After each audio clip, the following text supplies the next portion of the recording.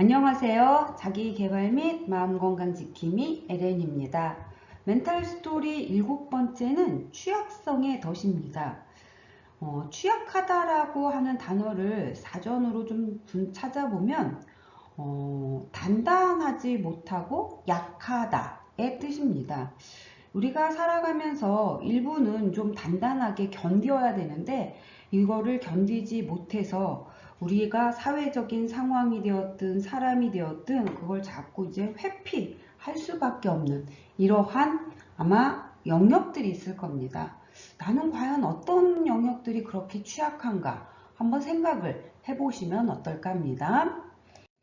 자, 덫이라고 하는 것은 쉐마, 스키마라고도 부르고 있고 내가 태어날 때 가지고 있는 나의 기질과 이 기질을 잘 콜라보해서 키워주게 되면 이 덫에 사로잡히지 않는데 안타깝게도 양육자가 나의 기질을 파악하지 못하고 양육자는 양육에 강한 스타일을 가지게 되어서 이 두 개가 콜라보 되어서 안타깝게도 좀 불편함, 아픔 이런 걸로 좀 자리를 잡는 행동 특성들이 있습니다. 이런 것들이 이제 어린 시절에 시작되어서 일생 동안 반복되는 패턴을 덫이라고 볼 수 있습니다. 근데 이제 우리가 살아가면서 이 덫에 반복된다고 말씀을 드렸고 덫에 직면을 하게 되면 보통 우리는 굴복을 한다든지 도피를 한다든지 공격을 하는 방식으로 대처를 하게 됩니다. 굴복이라고 하는 건 그 상황에 가게 되면 어쩔 수 없었어요. 그냥 내려 가버리는 거. 도피라는 건 도망가는 게 상책이야. 그래서 회피하는 거. 부딪혀봤자 나만 손해인걸? 이런 대처 방식일 것이고 공격은 감히 니까짓 게 뭔데 쥐뿔도 없으면서 오히려 상대방이나 그 상황을 더 훨씬 더 몰아붙이는 것 이런 식으로 우리가 일반적으로 좀 대처를 하게 됩니다. 근데 이제 이렇게 대처하면 굴복의 방식이 되었든 도피가 되었든 공격이 되었든 이 방식으로 계속 대처하게 되면 그냥 계속 같은 문제가 같이 반복될 수밖에 없습니다. 우리가 문제가 발생했을 때 이게 반복되는 것 같다 하게 되면 점검은 좀 해보셔야 됩니다. 무엇? 나의 대처 방식이 뭐가 문제가 있는가?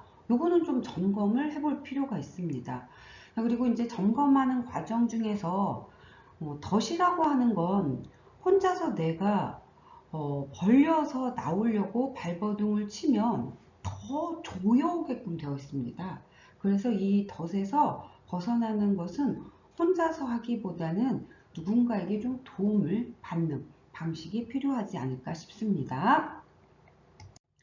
자, 취약성의 덫은 무엇을 의미하느냐 하면은 보통 이제 언제 재난이 닥칠지도 모르겠어요 라고 하는 마음입니다.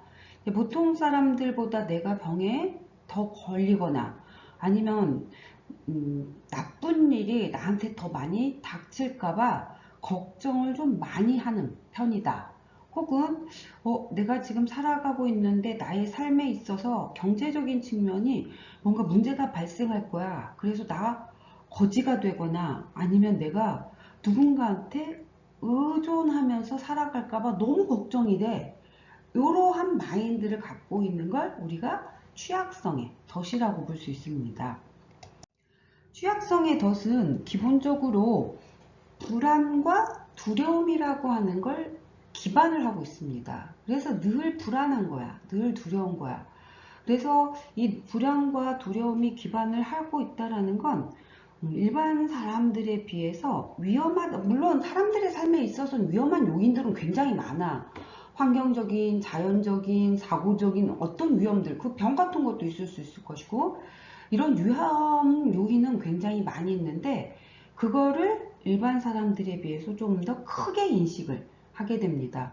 크게 인식하면서 그 상황에 노출이 되면 내가 할 수 있는 건 없어 라고 하는 대처 능력을 너무 스스로 평가절하하기 때문에 더 불안과 두려움이 더 커질 수밖에 없습니다.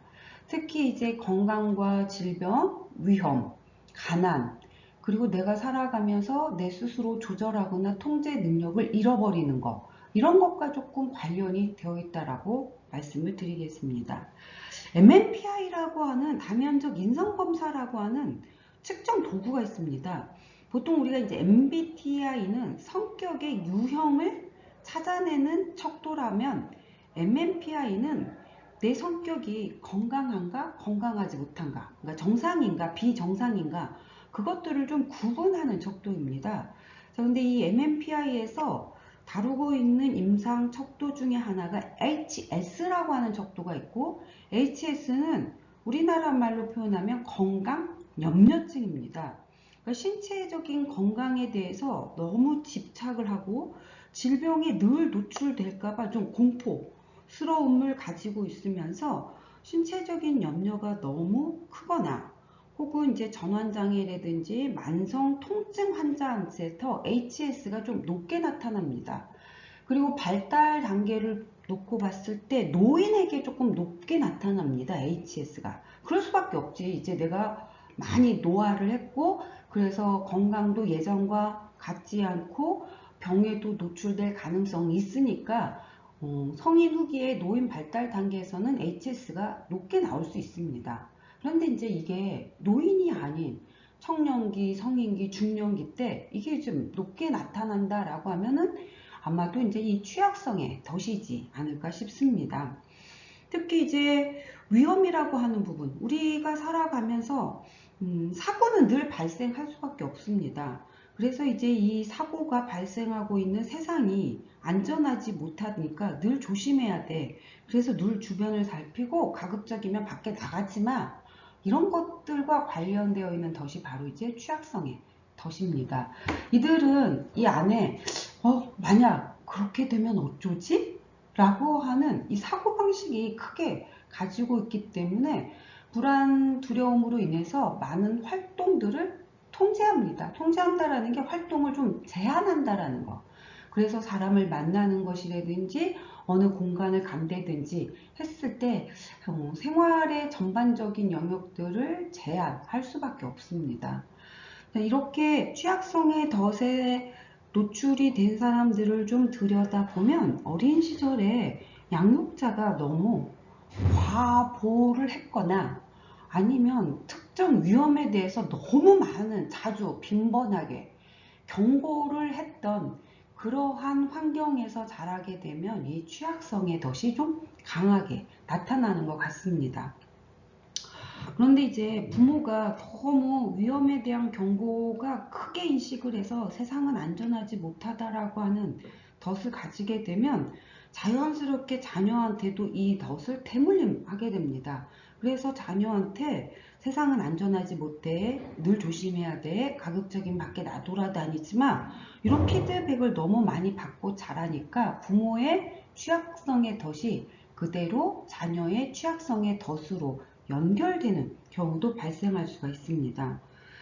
그리고 이제 위험이라고 하는 상황이 발생할 수 있기 때문에 이거를 방어하기 위해서 너무나 많은 건강하지 못한 방어 기제들을 지나치게 좀 사용하는 덫이라고 볼 수가 있습니다. 우리가 살아가면서 방어 기제는 필요합니다. 그런데 이제 이 방어 기제를 너무 자주 사용하게 되면 결국에는 자아가 붕괴될 수 있다라고 하는 이런 특성들을 가지고 있다는 거 기억해 두시기 바랍니다. 이 취약성의 덫을 변화시킬 수 있는 방법들은 뭐가 있을까? 일단은 내가 두렵거나 불안하거나 한 상황들의 목록을 좀 만들어서 두려움의 불안의 레벨을 한번 정리를 해보시는 것도 하나의 방법입니다. 우리가 이제 막연한 상황에서 추상적인 상황에서 일반적인 상황에서는 인간이 할 수 있는 게 별로 없습니다. 그런데 특별하게 구체적으로 이런 상황이 불안하다, 무섭다라고 하는 게 명시가 되면 그 상황에서 내가 무엇을 할 수 있는지 방법을 찾아내는 게 가능해집니다. 그래서 불안과 두려움의 목록을 만들어서 그런 상황의 순위를 한번 정해보는 것도 방법이 될 수 있을 것이고, 그런 상황이 이제 구체화되었을 때 그 상황에서 내 주변에 분명히 도움을 받을 수 있는 사람들이 있을 텐데 그 사람들한테 어떤 도움을 받을 수 있을까? 이거를 좀 정리를 해보는 것도 하나의 방법이 될 수 있습니다. 특히 이제 우리가 심리적인 증상이 좀 불편해졌을 때 내 안에서의 심장 박동수가 빨라진다든지 식은땀이 난다든지 이런 증상들이 나타납니다. 이런 증상을 빨리 원상태로 되돌릴 수 있는, 회복시킬 수 있는 방법은 가장 좋은 게 몸을 훈련시키는 방법입니다. 그래서 숨을 쉬는 방법을 조절을 해서, 예를 들면 뭐 복식 호흡이라도, 그래서 이게 한 3번, 4번 정도 내 몸을 긴장되어 있는 상황을 이완을 시키면 이 불안, 두려움, 공포의 이 감정 상태에서 조금 더 편안해질 수 있습니다. 그래서 늘 심리적인 측면인데, 정서적인 측면인데, 기승전결, 결국에는 결이 몸과 밀접하게 연관이 된 것은 사실입니다. 그래서 몸의 훈련을 좀 시키는 것도 하나의 방법이 될 수 있을 것이고, 그리고 실제 상황에서 작은 것부터 부딪혀서 내가 리스트를 작성했고 도움을 받을 수 있는 것들을 하나씩 하나씩 해보면서 하나씩 이제 좀 이건 편안해졌어, 이렇게 체크를 해보는 것도 하나의 방법입니다. 그리고 마지막으로 제가 이제 셀프 격려 혹은 셀프 위로라고 표현했는데, 자기 돌봄도 좀 필요한 것 같습니다. 이 취약성의 덫은 위험성은 크게 인식을 하고 대처 능력은 과소평가하는 경우가 있는데, 내가 대처를 무엇인가 했다라고 했을 때 그거를 과소평가하지 마시고 내 스스로 나 참 잘했어, 대견하게 해냈네, 이렇게 스스로 격려도 해주고 스스로 위로도 해주는 이런 방법들도 필요하다라고 말씀을 드리고 싶습니다. 어쩌면은 우리가 살아가면서 적절하게 격려도 필요하고 적절한 위로도 필요한데, 나이가 들어간다라는 것은 격려를, 지지를 해주는 사람들이 없어지는 걸 말합니다. 그게 현실입니다.